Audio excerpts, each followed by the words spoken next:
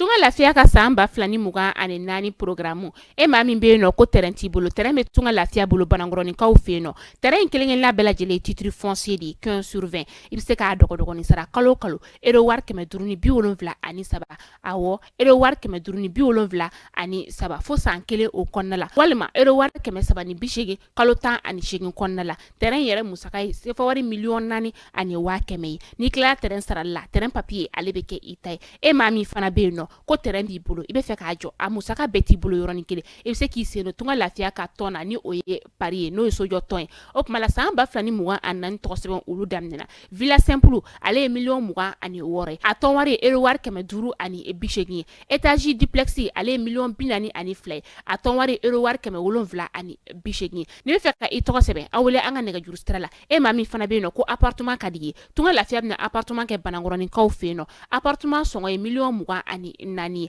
ibisa ale fana dogo ni sara ero war keme wolonvla ani muwa fo san nani o konnala awo san nani tunga lafiya nana tunga range ulu lafiya likama op mala anga nega juru stra ayo bamba 00223 72 18 42 47 walma 00336 41 94 03 80 tunga lafiya ka lagini femi malende munu sigleme jamana ko ka ubeka seka so kelengelen soro ba maliba ali konnala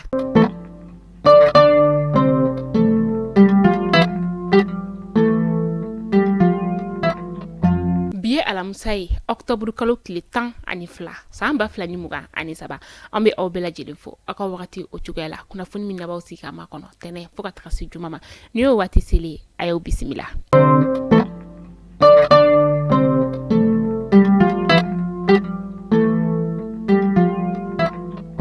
kuna fondamna labi anga ministry mbeno ni alanya shinambe abul mafen ko ulu ko nyaw uluma ale seben frabo nin kabi ka yira ka fo ko kada bela jilen kulu ka jamana kono kata se jensle nani fantan nan bela jilema ka fo ko femi ye air france ni wakati na air france ka seben frabo koni ulube ka la uluma anga jamana marabaka ulu fe wakati mina uluma li yere ma ban folo air france fana ya yira ka fo ko ulu ka panguru koni mina pandam ni anga jamana o konna la no juma na ta octobre kalo kletan saba samba flani muga ani instaba ministry ko ka da bela jilen kulo kan ka fo ko air france container barada mina nga jamana kono fuka taka fo air france ka papier unu oye aka seben fro ye ulu sira ka bonyo na nga jamana marabaka ulu fe anga chemche fanga jamana marabaka ni oye colonel Asimi Goita ministry ka fola ale ka lanyeni ye femi o de ka jamana ka yera ma horonya sika ma ka bunya ninka o takanya shin jamana ma o ma be no kibe fe ka jamana ninka bolodi nyogoma keni ai ibata jamana ale ka dabada fe ameto air france ka kunafuniyo konna la alisano colonel la Idrissa Kone ni ale ye agence nationale de l'aviation civile o nyama ye ale koni gena ka bo a joro la kunu octobre kalo klitan kilinsa ba flani muga ani saba a genku ye femi sa o de air france ka bara damne ka soro jamana marabagote akalama anga jamana ka ministry korambe no ni oye Haruna Modibo Touré mini bebale do papula walma do yere ba wele ko Jack ale kon blala kata kasubomba ola kunu octobre kalo klitan kele samba flani muga ani saba ko ka sababu yake ka sera fena femi ni oye security o ko yere kon kera sababu ninga sika jamana yere koni ka ale yombo jama wakati o konnala abe kalo chama obo kalo dunia ka fo ko Haruna Modibo Touré yere koni ale kumbe politiki o konnala abe wakati jan obo aye ministriya ni ka o ke ni oye shifina ka kataka se farukulu nyana je ministriya ma ayo ke me kalo samba franta ani kono to kana se jouer kalo samba fla ani mugama o ko fetuguni akera ministre de l'économie numérique ani communication avril kalo samba franta saba kana se me kalo samba franta ani kono to ma yano o fena ke sa pemi mali ayo nyema ya fena ke samba franta duru kana se samba franta ani wolon vlama ala ma hinena anga jamana nyema korla ni o Ibrahim Bouakar Keita o ka wakati la sa akera directeur de l'agence nationale pour l'emploi samba flantan anani kana se samba flantan ani duruma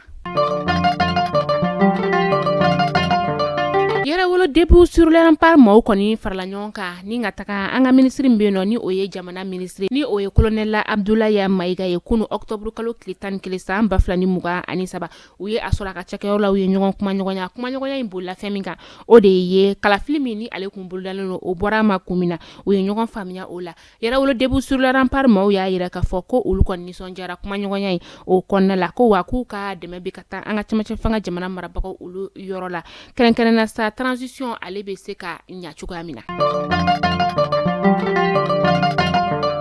hokum kelen o konna la sa yera wolo début sur l'empare secrétaire général ni oye Papu Diallo koni ale seben furabo ka yera ka foko ale sente yera wolo début sur l'empare ka ko foila kataka se parti sadi fenema ameta masina kaw ulu feno kulundo nale kontun falendo dogo orela kulun yere kon bora ka binjila octobre kalo kile kononton sa amba flani muga ani saba kera kayo alebe kolongo sigidala kolongo alebe masina o laminina shufla de sera ka bo ni koina o shufla ere musodo ani dera ni doye nga shuto koni uluma ye ni wakati na terebulmo ulu ya yira ka foko safie bare koni wulla ore kera sabuye ni ka kulun yere koni ale binjila ni wakati na nyine nube sena wala saka sega shuto ulunyi ameta ko kanki barula ameta Niger ka ka jamana o konna la finti la kamunun kera sabuye ni ka dansige Mohamed Bazoum ale ka fangala o koni nye oni coordinatrice générale ni ka ale genga bo o ka jamana o konna la ni oye Louisa Obeye o yekile sabari dama akataka bo o ka jamana o konna la ameta gabonko ulu feno uka première dame koro ni oye Sylvia Bongoye u yale fana blakata kasubu o konnala ka sababu yake ka sira yuruku do ulula ni musoban yere konin tunye Ali Bongo Oniba o frumso de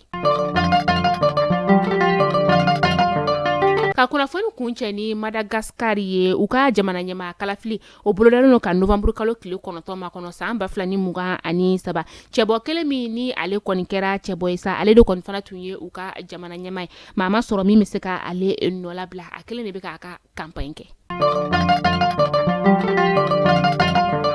mali kuna funu jabaran na jaba kuna funu dabaran tumbi ambulo ko rabi ni ka daw kelen na bela jelen kuloka o de tunye ni e mami be no ko appartement kadi tunga lafia bina appartement ke banangoron ka ulu feno appartement songo ye million muga ani nani ibse ka dogo dogo sara kalo 720 euro no euro war keme wolon vla ani muga fo sa nani o konala euro am se ka fo koni o dibo dai so mi me se ka jowo ye dogo don doni fo sa nani ba sara dogo dogo ni tunga lafia de be se ka o ka tunga lafia ka la yini te foye ka se ka so de malien de munu sigileme jamana koka u bega se ka sosoro ba maliba o konnala aw kan be do nana tawla kuna funu kuro ulo keneka